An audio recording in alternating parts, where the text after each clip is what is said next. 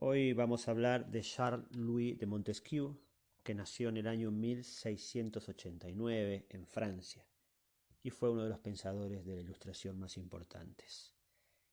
Nació en el castillo de la Brede, sus padres eran magistrados y fue a un colegio católico cuando era niño.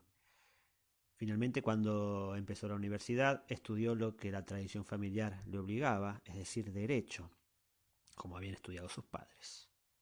Se recibe y a los 25 años ya es canciller del Parlamento de Burdeos. Su padre había muerto ese mismo año, así que quedó bajo la protección de un tío, que era un conde. Al año siguiente, cuando tenía 26 años, se casó con Jeanne Lerlig, que era una mujer protestante que le otorga una gran dote de dinero para el casamiento. Pensemos que hasta no hace muchos años las mujeres para casarse debían otorgar una dote que era o dinero o tierras o ambas cosas, posesiones, a la familia del varón con quien se casaban. En algunos lugares del mundo todavía existe esa extraña práctica. Bien, entonces se casó y recibió esa dote y al año siguiente muere su tío, el conde, por lo cual hereda el título de conde y toda la fortuna de su tío. Así que fue creciendo su patrimonio de manera increíble en tan poco tiempo. Esto le llevó a poder dedicarse a algo que le gustaba mucho, que era escribir. Hay que contextualizar un poco porque esos son los años en donde Inglaterra tiene una monarquía constitucional. Habían pasado por una revolución y los reyes ya no mandaban. No tenían ese mismo poder que antes. Ahora había una asamblea que discutía las leyes. Y en Francia había muerto el rey Luis XV.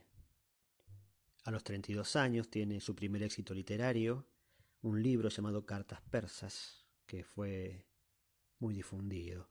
Y unos años después, a los 37, harto de la tradición familiar que le había obligado a estudiar derecho, decide vender su cargo de notario e irse a viajar por el mundo.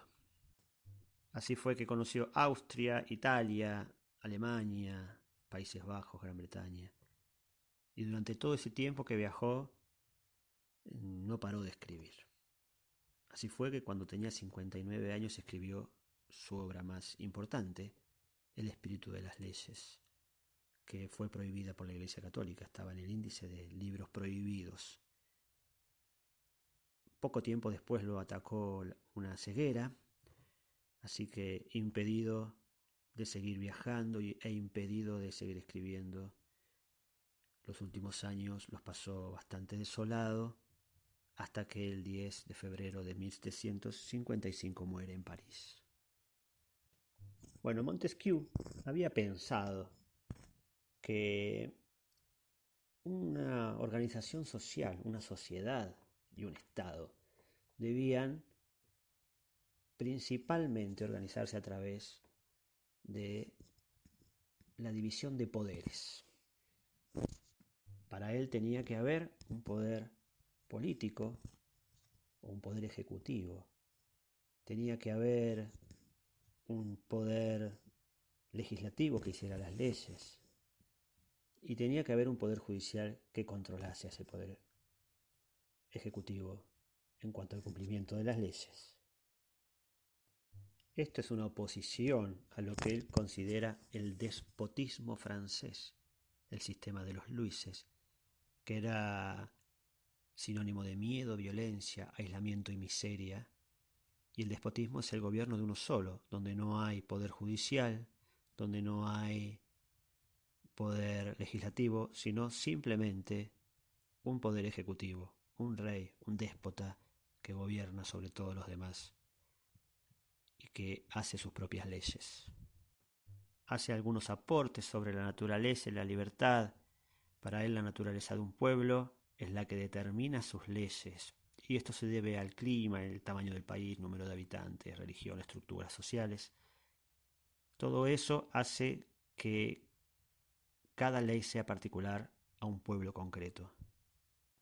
En una república, según Montesquieu, el poder está repartido, y cuando es la expresión de la voluntad de la mayoría es una democracia, y cuando no es así pero está dirigido por las personas más calificadas, es una aristocracia.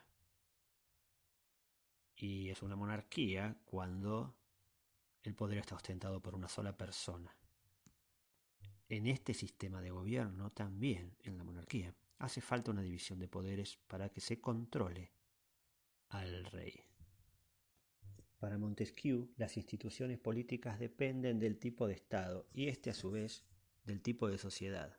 Por ello deducía que no hay ningún tipo de régimen político universalmente aceptable, sino que cada sociedad debe constituir el suyo de acuerdo a sus propias particularidades. Esto lo enfrenta un poco al resto de los ilustrados, porque todos querían una racionalidad universal y él en realidad es un poco un sociólogo que quiere trascender esa idea. Digo un sociólogo antes de que exista la sociología, ¿no?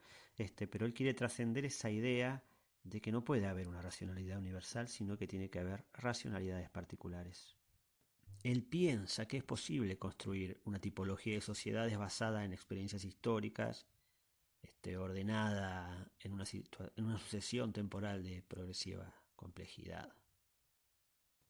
Contextualizándolo con los otros grandes pensadores de la Ilustración, pensemos que Montesquieu solo contempla el estado social, a diferencia de Hobbes, que contempla el estado de naturaleza, que para él es peligroso y del que hay que huir, mientras que Locke piensa que el estado de naturaleza no es ni bueno ni malo, ni superior ni inferior, pero que hay que salir de ese estado de naturaleza, siempre y cuando sea para mejorar y no para empeorar.